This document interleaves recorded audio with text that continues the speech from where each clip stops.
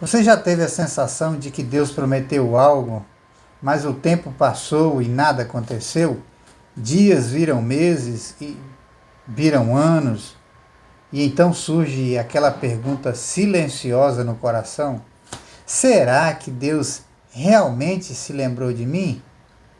O capítulo 21 de Gênesis começa justamente respondendo a essa angústia humana. O texto mostra que Deus visita Sara exatamente no tempo conforme ele havia prometido. E aquilo que parecia impossível finalmente acontece. Isaac nasce, o filho da promessa. Abraão já tem 100 anos, Sara 90. Humanamente falando, não havia mais esperança. Mas o narrador bíblico faz questão de afirmar algo logo no início do capítulo. Deus fez conforme havia dito. Deus cumpriu o que prometeu. Ou seja, o tempo de Deus nunca é atraso, é propósito. Sara, que antes havia rido com incredulidade, e agora seu coração se enche de regozijo, sorria de alegria. O riso da dúvida se transforma no riso da graça. E o texto não termina somente no nascimento de Isaac. Logo depois surge uma tensão dentro da própria família. Ismael, filho de Agar, começa a zombar de Isaac. E aquilo que parecia apenas um conflito doméstico revela algo muito mais profundo. A diferença entre aquilo que nasce da promessa de Deus e aquilo que nasce apenas da tentativa humana de resolver as coisas à sua maneira. Agar e Ismael, então, são enviados para o deserto. Humanamente falando, isso é abandono, parece abandono. Mas no deserto, Deus ouve o choro do menino e ali encontramos uma das verdades mais impressionantes do capítulo. O Deus da promessa também é o Deus da misericórdia. Ele não apenas cumpre a promessa feita a Abraão por meio de Isaac, ele também preserva Ismael e abre diante deles o caminho de sobrevivência. O mesmo Deus que governa a história também vê a lágrima das pessoas no deserto.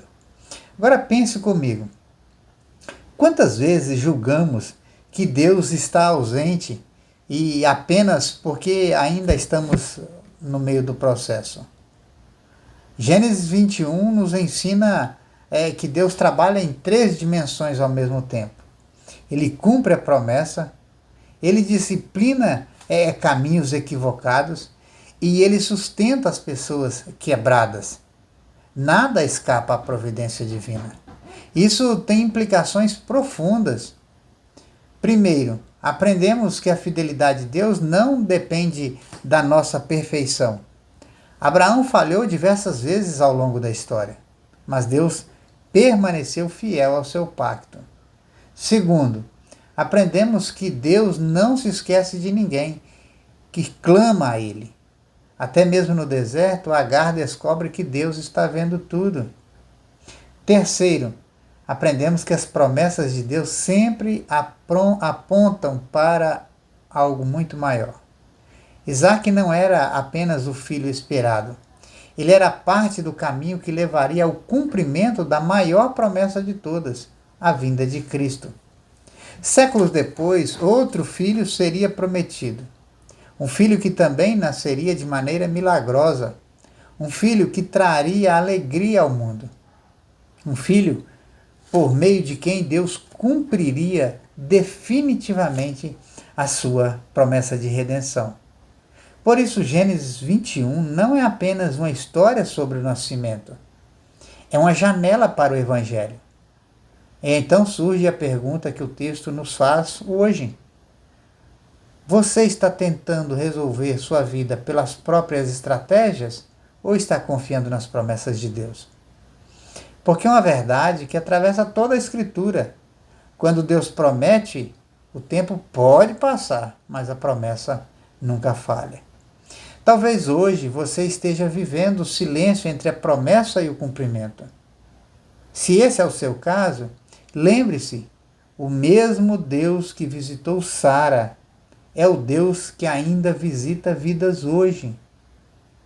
E às vezes, aquilo que parece impossível está apenas esperando o tempo perfeito de Deus para acontecer. Pense nisso. Se esse conteúdo edificou a sua vida, curta também o vídeo aí, compartilhe com alguém que precisa ouvir essa mensagem. Inscreva-se aí no canal para acompanhar a série Jornada Bíblica. Que Deus abençoe sua vida.